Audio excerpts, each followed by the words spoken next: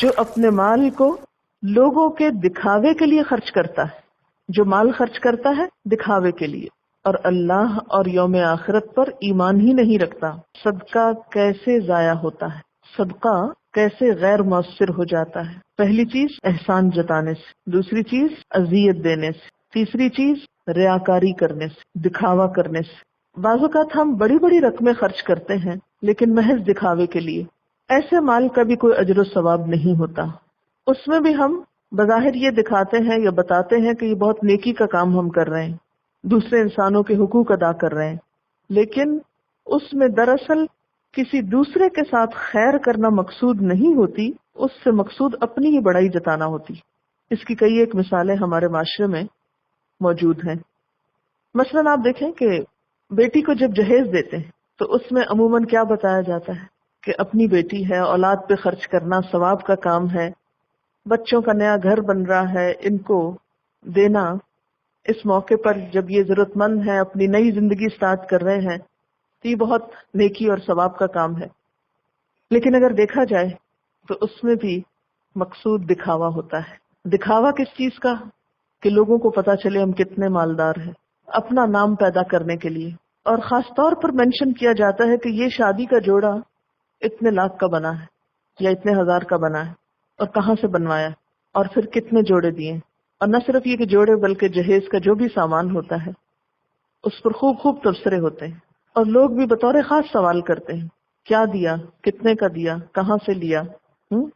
کہنے کو کیا ہے، بڑی نیک نیتی کی بات ہے، بڑی نیکی کا کام ہے کہ اپنی اولاد کی مدد ہو رہی ہے، لیکن اس کے پردے میں خود نمائی ہو رہی ہے۔ پھر اسی طرح ولیمے کی دعوت، سب کہتے ہیں کہ ولیمہ سنت ہے، رشتہ داروں کو بلانا ثواب ہے، سب دوستوں کو اکٹھا کرنا اور ایک خوشی کا سما پیدا کرنا نیکی کا کام ہے، اور اس میں ثواب کی توقع۔ لیکن سنت پر عمل کتنا ہوتا ہے اور دکھاوا کتنا ہوتا ہے۔ کنسرن اس بات سے ہوتا ہے کتنی ڈشز ہیں، اور بعض اوقات تو اب پوچھا جاتا ہے کہ کہاں کا کھانا ہوگا اور کیا ہوگا، سی فوڈ ہوگا یا کچھ اور، کہاں سے پکوائیں گے اور کتنے مہمان آ رہے ہیں۔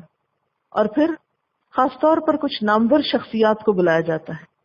ٹھیک ہے آپ اپنے رشتہ داروں کو بلائیں، دوستوں کو بلائیں، لیکن مجھے کبھی سمجھ نہیں آتی کہ بسا اوقات سیاسی لیڈرز کو یا اور معاشرے کے جو نامور مشہور لوگ ہوتے ہیں ان کو کس لیے بلاتے ہیں، تاکہ لوگوں کو یہ بتا سکیں کہ ہمارے تعلقات فلاں اور فلاں منسٹر کے ساتھ یا فلاں اور فلاں بڑے انسان کے ساتھ ہے۔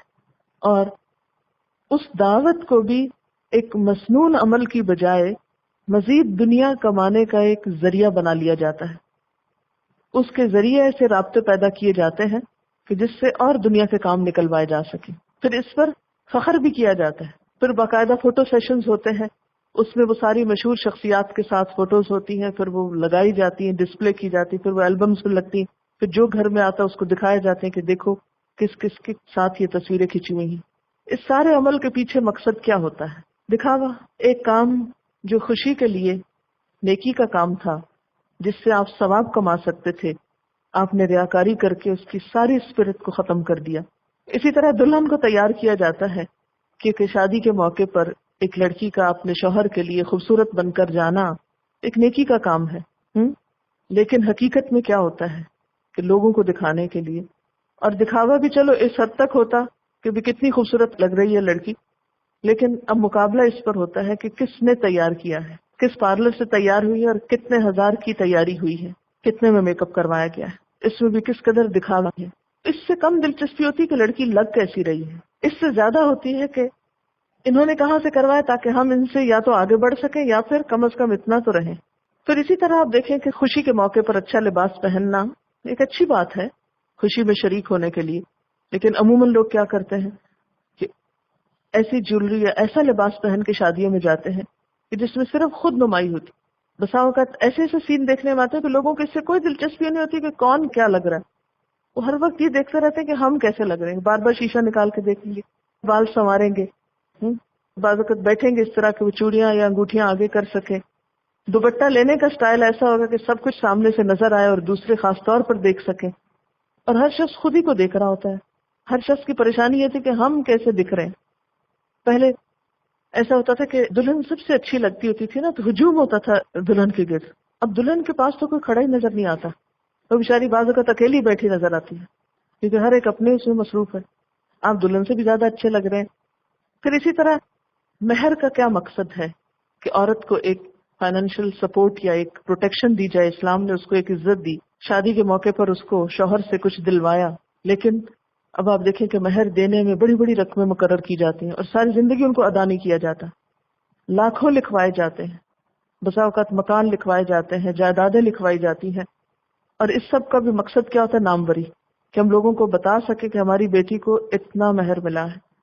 یا لڑکے والے اس میں وہ کر رہے ہوتے ہیں کہ ہم بتا سکیں کہ اتنا مہر ہم نے دیا ہے. پھر اسی طرح سمدھانوں کا آپس میں لین دین جو ہوتا ہے, بظاہر تحفوں کا جو ایکسچینج ہوتا ہے, ایک ثواب کا کام ہے, محبت بڑھانے کا ذریعہ ہے. نبی صلی اللہ علیہ وسلم نے فرمایا تہادو تحابو, ایک دوسرے کو ہدیے دیا کرو, تحفے دیا کرو, اس سے باہم محبت پیدا ہوتی.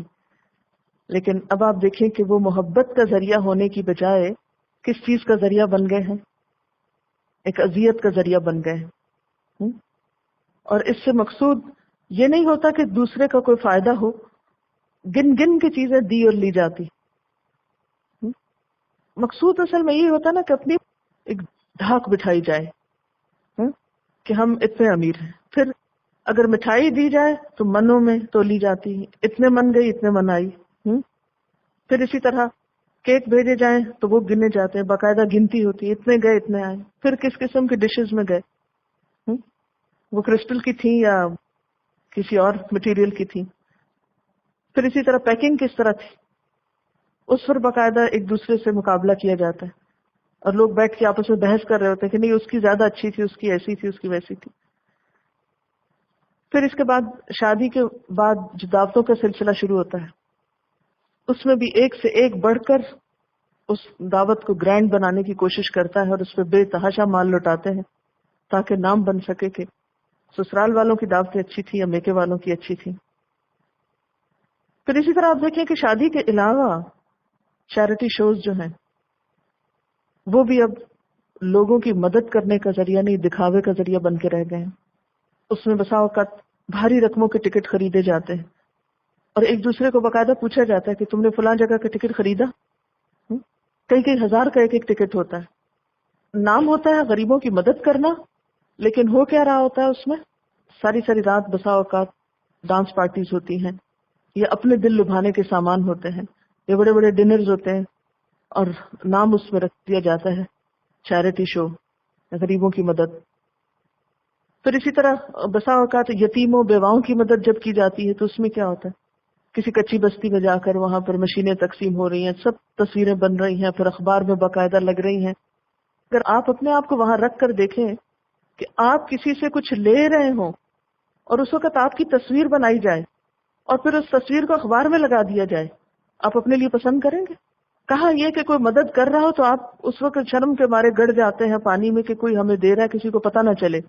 تو ان انسانوں کی کوئی عزت نہیں, وہ بیچارے بھوک افلاس کے مارے لیتے بھی ہیں اور ذلیل بھی ہوتے ہیں. ساتھ دنیا بھر میں ان کی تصویریں نشر ہو جاتی ہیں کہ یہ لینے والے کھڑے. لینے والوں سے تو کسی کو ہمدردی کم ہی ہوتی ہے, دینے والوں کی شہرت اور ناموری کا اعلان کرنا مقصود ہوتا ہے. اسی طرح بہت سے اور مواقع آپ زندگی میں ایسے دیکھ سکتے ہیں کہ جس میں مال خرچ کرنے کا مقصود نہ ضرورت ہوتی ہے نہ خوشی ہوتی ہے, محض دکھاوا, محض اپنی بڑائی. یہ کون کرتا ہے؟ جو اپنا مال محض دکھاوے کی خاطر خرچ کرتا ہے. وہ اذیت اور احسان کا سبب بنتا ہے. اللہ اور یوم آخرت پر ایمان ہی نہیں رکھتا. اگر اس کو یہ یقین ہوتا کہ میرا رب دیکھ رہا ہے اور اس سے مجھے جزا لینا ہے تو وہ اس میں احسان نہ جتاتا, وہ دکھا دکھا کے نہ دیتا, وہ تو خاموشی سے دے دیتا. نبی صلی اللہ علیہ وسلم نے فرمایا قیامت کے روز ایک شخص کو لایا جائے گا جسے اللہ نے ہر قسم کے اموال سے نوازا تھا. اللہ اسے اپنی نعمتیں جتلائے گا جن کا وہ اعتراف کرے گا. پھر اللہ تعالیٰ اس سے پوچھے گا پھر تو نے کیا عمل کیا؟ وہ کہے گا میں نے ہر اس راہ میں خرچ کیا جسے تو پسند کرتا تھا.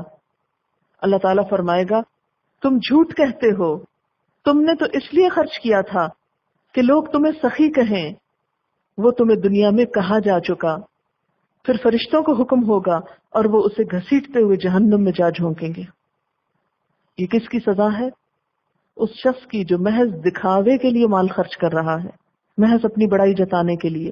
اس کی مثال کیسی ہے؟ ایک چکنے پتھر کی طرح، ایک چٹان کی طرح، جس پہ کوئی چیز اثر نہ کرے، کچھ اگتا نہ ہو، اس پر کچھ مٹی پڑ جائے، پھر اس پہ زوردار بارش آئے تو اس کو وہ چکنے کا چکنا چھوڑ جائے۔ کسی گنجے شخص کو دیکھا ہے کہ جس کے سر پہ بال نہ ہو؟ فرمایا دکھاوے کے لیے مال خرچ کرنے والا ایسا ہی ہے جیسے چٹان پہ پڑی ہوئی مٹی کے اندر اگانے والا، کہ خوب بارش ہوئی تو چٹان کی مٹی ساری بہہ گئی، زور کمی برسا، ساری مٹی دھل گئی سلدا، اور باقی صرف چٹان رہ گئی، جیسے تھا ویسے ہی رہ گیا، کچھ بھی حاصل نہ ہوا، سب کچھ ضائع ہو گیا، ساری محنت اکارت گئی، ساری فصل ختم ہو گئی۔ وقتی طور پر ایسے لوگ بہت خوش ہوتے ہیں جن کی بہت واہ واہ ہوتی ہے مال خرچ کر کے، اور تھوڑے دن کے بعد وہ واہ واہ بھول جاتی۔ اب دیکھیں نا، ایک شخص نے شادی کے موقع پر خوب لٹایا، تھوڑے دن کے بعد کسی اور کی شادی ہوئی، اس نے اس سے بھی بڑھ کے لٹایا، اب پہلے کا حال کیا ہوا؟ لوگ بھول گئے اس کو، اس کا سب گیا، اس کا نام بھی گیا، اس کی شان بھی گئی، اس کا مال بھی گیا، اجر بھی گیا، سب کچھ گیا، سب دھل کے چکنی چٹان رہ گئی۔ کیونکہ دنیا تو ہر چڑھتے سورج کی پجاری ہے، آپ آج سین سے غائب ہوں، لوگ دوسروں کی طرف متوجہ ہو جائیں گے۔ لوگ بسا اوقات اس طرح کی بات کرتے ہیں نا، فلاں ایئر کی فلاں شادی بہت عمدہ تھی، بہت گرینڈ تھی، پھر کیا ہوتا ہے؟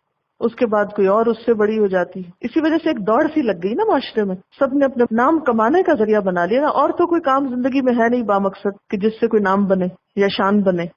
تب شان کس ذریعے سے بنائی جا رہی ہے؟ اس آسان ذریعے سے کہ اگر اپنے پاس ہے تو بھی خرچ کر کے دکھاؤ، نہیں ہے تو قرضہ لے کے خرچ کر کے دکھاؤ شان بنانے کو۔ لیکن وہ شان بنی ہوئی ایسے ہی ہے جیسے ایک لینڈ سلائڈنگ کے بعد باقی بچی ہوئی چٹان، ایک جھونکا آتا ہے، ایک اور کوئی مسئلہ آتا ہے، وہ سب خوشی جاتی ہے اور زندگی پھر ویسی کی ویسی پریشان نظر آتی ہے۔ اب دیکھیں کہ ہمارے یہاں جیسے شادیاں سب سے بڑا ایک ایشو بن گئی نا معاشرے کے اندر، ایک سب سے بڑا اہم کام بن گئی۔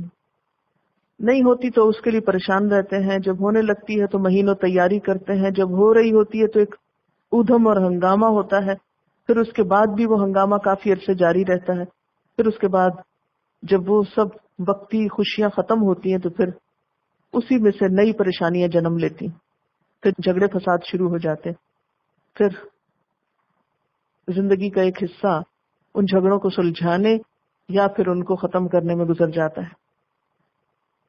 یہ ہو رہا ہے ہمارے معاشرے میں۔ حقیقی خوشی، احترام، محبت، زندگی کا بامقصد ہونا، مال کو تعمیری کاموں پہ خرچ کرنا، اس کے لیے ہمارے پاس سوچ بھی نہیں۔